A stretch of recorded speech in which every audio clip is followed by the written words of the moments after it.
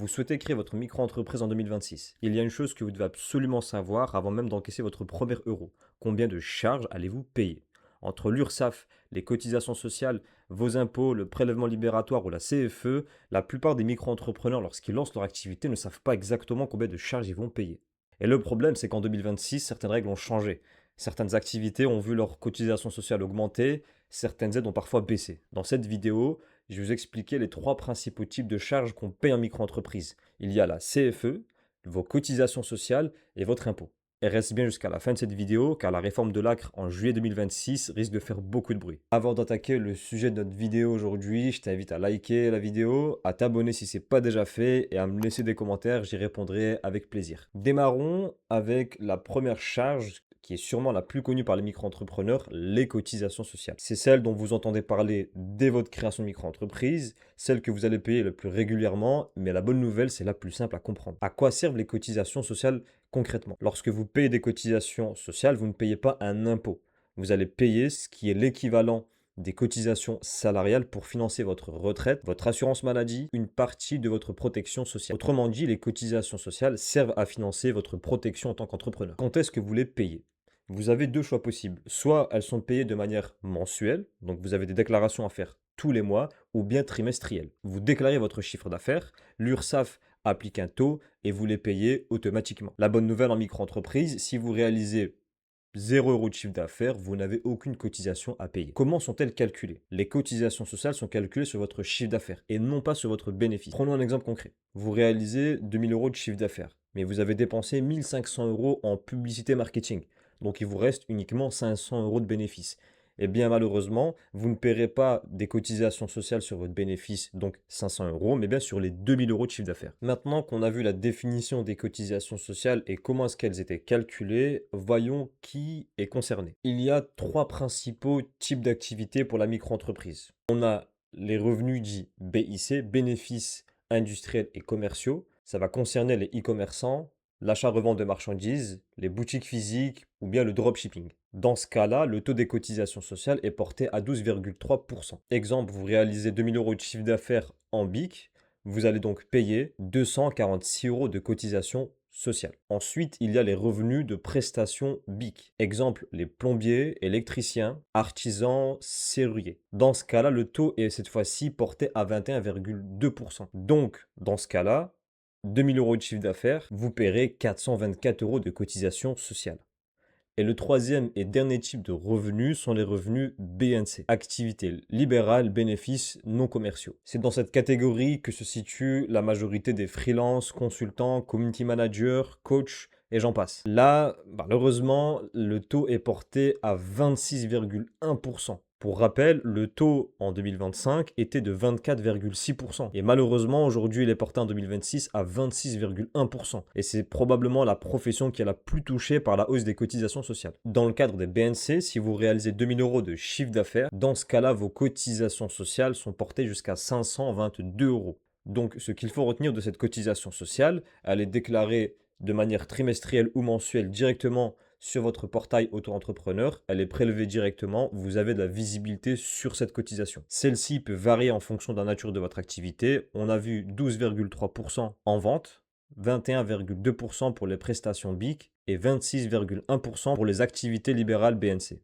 Maintenant qu'on a vu la partie des cotisations sociales qui est concernée, sa définition et comment est-ce qu'elle est prélevée, voyons ensemble l'impôt sur le revenu. C'est sûrement la charge qui a le plus de questions là où les entrepreneurs ne sont pas forcément au clair sur le sujet. Contrairement aux cotisations sociales qui financent votre protection sociale, l'impôt sur le revenu finance principalement l'État, les services publics, l'éducation, la sécurité, les infrastructures. En gros, l'impôt sur le revenu finance le fonctionnement du pays. Pourquoi est-ce que cette partie est souvent confuse? Parce qu'il existe deux méthodes complètement différentes de payer son impôt sur le revenu. La méthode numéro 1, c'est le régime classique. C'est le régime qui est appliqué par défaut à tous les entrepreneurs. Sur cette partie-là, l'État ne calcule pas un impôt sur votre chiffre d'affaires comme les cotisations sociales, mais sur une partie de votre chiffre d'affaires. On appelle ça un abattement. L'administration considère que vous avez forcément des dépenses personnelles, mais comme la micro-entreprise ne permet pas de savoir exactement quel est à l'euro près ce montant des dépenses, ils appliquent donc une estimation. L'administration retire une partie de votre chiffre d'affaires pour y appliquer cette fois-ci le taux à imposer. Exemple cas numéro 1, dans le cadre de la vente de marchandises, l'abattement mis en place par l'État est de 71%. Concrètement, pour 100 euros de chiffre d'affaires généré, par exemple, 71 euros sont donc retirés et 29 euros restants sont imposables. Cas numéro 2, la prestation en BIC. L'abattement, cette fois-ci, est porté à 50%. Sur 100 euros générés, vous allez avoir 50% qui va être retiré, donc 50 euros, et le reste sera imposé. Le troisième et dernier cas qui est encore une fois touché le plus fortement par cet impôt, c'est bien évidemment les revenus d'activité libérale en BNC. Cette fois-ci, l'abattement est porté uniquement à 34%. C'est le plus faible. Cas concret, sur 100 euros, 34 euros seulement sont retirés et donc 66 euros restants sont imposables. Attention, erreur fréquente. Lorsque je dis que 66 euros restants sont appliqués à un impôt, ça ne veut pas dire que vous allez payer 66 euros d'impôt, bien évidemment. Cela signifie uniquement que l'administration va appliquer un taux d'impôt revenu sur les 66 euros restants. Pourquoi est-ce qu'il est impossible de connaître exactement ce taux à l'avance? Bien évidemment, ça dépend de beaucoup de facteurs. Vous allez avoir votre situation personnelle, êtes-vous célibataire, en couple, avez-vous un enfant, deux enfants? Tous ces éléments sont à prendre en compte. Ce seront des facteurs qui seront à appliquer lorsque vous allez recevoir votre taux d'imposition sur l'abattement. Quand est payé cet impôt? Vous déclarez votre chiffre d'affaires tout au long de l'année. L'État va donc appliquer ce fameux taux qui sera imposable et vous serez donc prélevé chaque mois sur votre revenu. La méthode numéro 2 de cet impôt, c'est le versement libératoire. C'est la méthode la plus simple, la plus appréciée par les indépendants. Pourquoi? Au lieu d'attendre le calcul qui sera fait par les impôts directement pour vous donner votre montant à payer, vous avez un pourcentage qui est appliqué directement sur votre chiffre d'affaires de manière stable tous les mois et qui est prélevé au même moment que vos cotisations sociales. C'est super simple, assez agréable et ça donne de la visibilité aux entrepreneurs. Dans cette méthode-là, ce qui est super intéressant, c'est qu'on connaît les taux. Par exemple, dans le cas numéro 1, reprenons notre activité de revenu BIC. Le taux est porté à 1%. Concrètement, pour 100 euros encaissés, vous payez 1 euro d'impôt. Cas numéro 2, la prestation BIC. Le taux est porté à 1,7%. Pour 100 euros encaissés, vous payez 1,70 euros d'impôt. Et enfin, le cas numéro 3, l'activité libérale BNC. Le taux est porté à 2,2%. Pour 100 euros d'encaisser, vous payez 2,2 euros d'impôt. Vous l'avez deviné, il est assez simple à prendre en compte. Vous le payez au moment de vos cotisations sociales et c'est réglé. Mais attention, pas tout le monde est éligible pour le versement libératoire. Il faut bien évidemment remplir des conditions pour y accéder. Du coup, quelles sont ces conditions? Pour pouvoir accéder au versement libératoire, il en faut généralement 3. La première condition, c'est être en micro-entreprise. La seconde, avoir choisi l'option du versement libératoire auprès de l'URSSAF. Et la troisième, ne pas dépasser un revenu fiscal de référence. Concernant votre revenu fiscal de référence de 2024, il faut qu'il soit inférieur au plafond suivant. Pour une part, une seule personne, c'est 29 315 euros.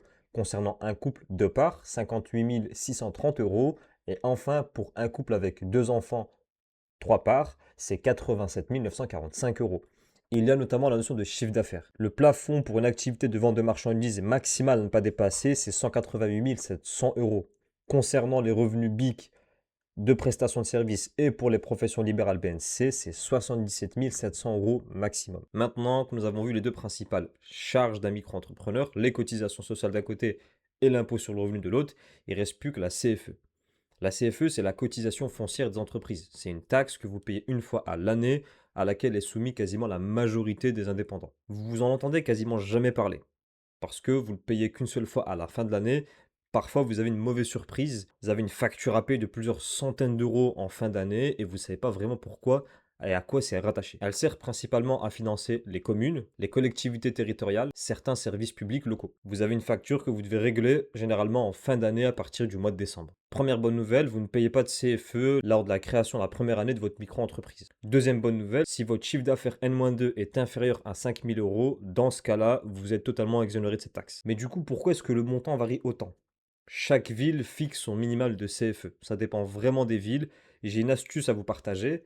Il faut savoir que à Paris, la CFE est la plus basse de toute la France. Elle est plafonnée grand maximum à 100-200 euros à l'année. Donc vous faites des économies absolument énormes si vous domiciliez votre société à Paris. C'est pour ça qu'un service comme Legal Place vous permet d'avoir une adresse de domiciliation qui est basée à Paris pour faire les économies les plus importantes sur la CFE. J'ai d'ailleurs fait une vidéo sur le sujet, je vous invite à la regarder et vous avez tous les détails, tous les éléments pour créer sa micro-entreprise et passer par Legal Place. On arrive désormais à la fin de cette vidéo, c'est la conclusion. Je voulais bien évidemment vous parler de l'ACRE qui est l'aide à la micro-entreprise, qui permet de réduire fortement ses cotisations sociales lors de la première année de création. Il y a un énorme changement qui a été mis en place à partir de juillet 2026. Toutes les entreprises qui seront créées à partir de juillet 2026 ne pourront pas bénéficier de 50% de remise sur vos cotisations sociales. La réforme est passée, malheureusement, on passe uniquement à 25%. Donc c'est un élément qu'il faut absolument que vous ayez en tête.